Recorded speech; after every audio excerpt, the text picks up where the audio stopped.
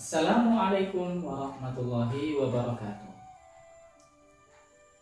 Pejuang Latsar dimanapun kalian berada, perkenalkan saya Muhammad Nur Khazin, peserta Latsar CPNS golongan 3 tahun 2022, angkatan 4 kelompok 2 dari BPSDMD Provinsi Kalimantan Selatan.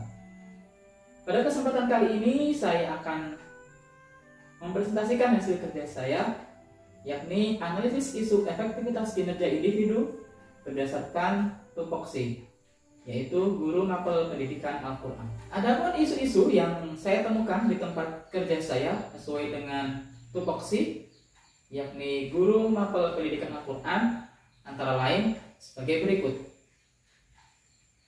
Isu-isu yang ditemukan di tempat kerja sesuai dengan tupoksi antara lain kurangnya motivasi siswa dalam mengikuti pembelajaran pendidikan Al-Quran secara daring.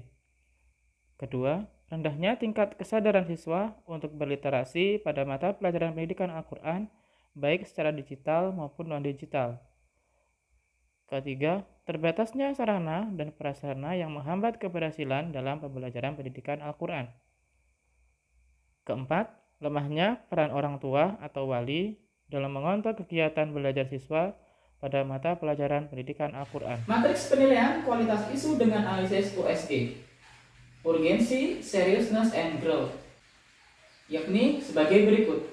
Matriks penilaian kualitas isu dengan analisis USG, urgensi, seriousness, dan growth sebagai berikut. Isu yang pertama, kurangnya motivasi siswa dalam mengikuti pembelajaran pendidikan Al-Quran secara daring. Urgensi 4 poin, seriousness 4 poin, growth 5 poin, jumlah 13 poin. Isu yang kedua, terbatasnya sarana dan prasarana yang menghambat keberhasilan dalam pembelajaran pendidikan Al-Quran. Urgensi 3 poin, seriousness 3 poin, growth 4 poin, jumlah 10 poin. Isu yang ketiga, rendahnya tingkat kesadaran siswa untuk berliterasi pada mata pelajaran pendidikan Al-Quran baik secara digital maupun non-digital. Urgensi 4 poin, seriousness 5 poin, growth 5 poin, jumlah 14 poin. Isu masalah yang keempat, lemahnya peran orang tua atau wali dalam mengontrol kegiatan belajar siswa pada mata pelajaran pendidikan Al-Quran. Urgensi 3 poin, seriousness 4 poin, growth 4 poin, jumlah 11 poin. Berdasarkan analisis isu USG, prioritas pertama adalah isu ketiga. Prioritas kedua adalah isu yang pertama. Prioritas ketiga isu yang keempat.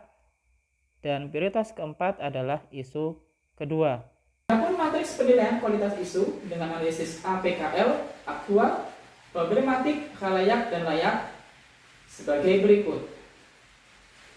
Matriks penilaian kualitas isu dengan analisis APKL, aktual, problematik, khalayak, dan layak dirinci sebagai berikut. Isu yang pertama, kurangnya motivasi siswa dalam mengikuti pembelajaran pendidikan Al-Quran secara daring. Aktual 4 poin, problematik 5 poin, khalayak 5 poin, layak 4 poin, jumlah 18 poin. Isu yang kedua, terbatasnya sarana dan prasarana yang menghambat keberhasilan dalam pelajaran pendidikan Al-Quran. Aktual 3 poin, problematik 4 poin, khalayak 4 poin, layak 4 poin, jumlah 15 poin. Isu yang ketiga, rendahnya tingkat kesadaran siswa untuk berliterasi pada mata pelajaran Al-Quran baik secara digital maupun non-digital. Aktual 4 poin, problematik 5 poin, khalayak 5 poin, layak 5 poin, jumlah 19 poin. Isu yang keempat, lemahnya peran orang tua atau wali dalam mengontrol kegiatan belajar siswa pada mata pelajaran pendidikan Al-Quran. Aktual 4 poin, problematik 4 poin, khalayak 4 poin, layak 4 poin, jumlah 16 poin. Berdasarkan analisis ini, prioritas pertama adalah isu yang ketiga, prioritas kedua isu yang pertama, prioritas ketiga isu keempat, dan prioritas terakhir adalah isu Alat kedua. bantu analisis isu menggunakan pendekatan fishbone diagram dapat diuraikan sebagai berikut. Alat bantu analisis isu menggunakan pendekatan fishbone diagram dapat dijelaskan dan dirinci sebagai berikut. Ada 4 penyebab atau 4 faktor. Yang pertama, faktor intern atau diri, antara lain rendahnya minat siswa, kurangnya kesadaran siswa, rendahnya rasa percaya diri siswa, dan kecenderungan siswa untuk berselancar di dunia maya dan media sosial yang sangat tinggi.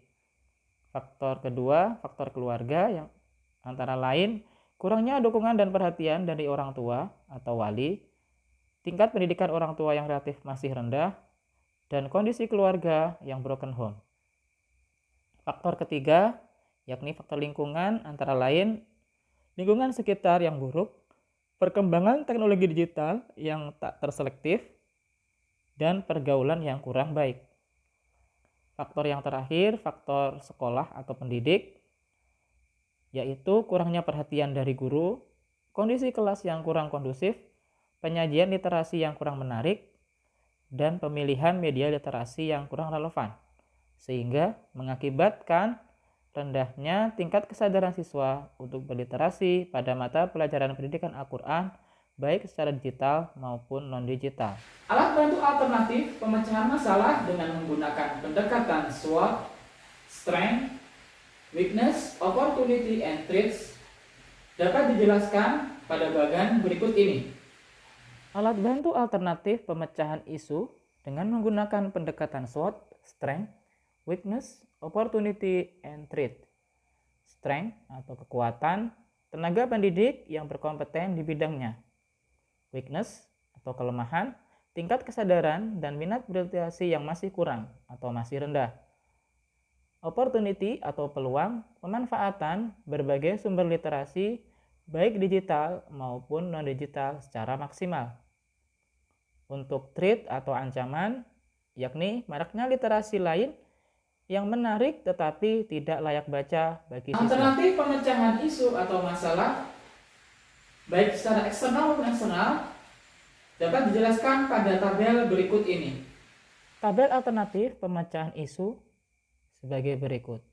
Isu atau masalah yang ditemukan dan diprioritaskan, yakni rendahnya tingkat kesadaran siswa untuk berliterasi pada mata pelajaran pendidikan Al-Quran baik secara digital maupun non-digital. Penyebabnya antara lain pengaruh dari faktor internal atau diri siswa, faktor keluarga, faktor sekolah, dan faktor lingkungan. Kemudian untuk alternatif pemecahan masalah dapat dirinci sebagai berikut. Yang pertama, meningkatkan kompetensi dan kreativitas guru dalam mengemas literasi yang menarik. Tahapan pemecahan masalah, yang pertama, mengidentifikasi metode literasi yang disukai oleh siswa. Kedua, mengikuti berbagai BIMTEK atau diklat literasi. Ketiga, menggunakan media literasi yang menarik bagi siswa.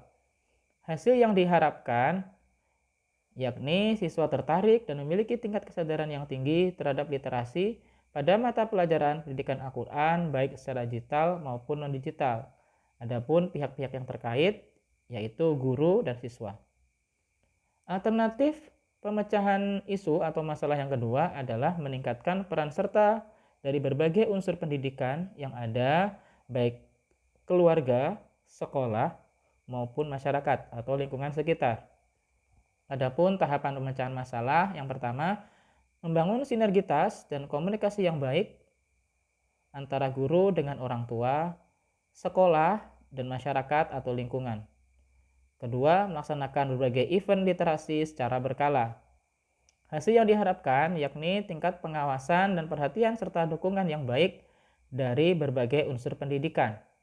Adapun pihak yang terkait antara lain guru, siswa, sekolah, dan lingkungan atau masyarakat. Demikian tadi presentasi dari saya terkait analisis isu efektivitas kinerja individu berdasarkan tupoksi, yakni sebagai guru untuk pendidikan Al-Quran. Ada kurang lebihnya, saya mohon maaf dan semoga bermanfaat. Dan saya akhiri. Wassalamualaikum warahmatullahi wabarakatuh.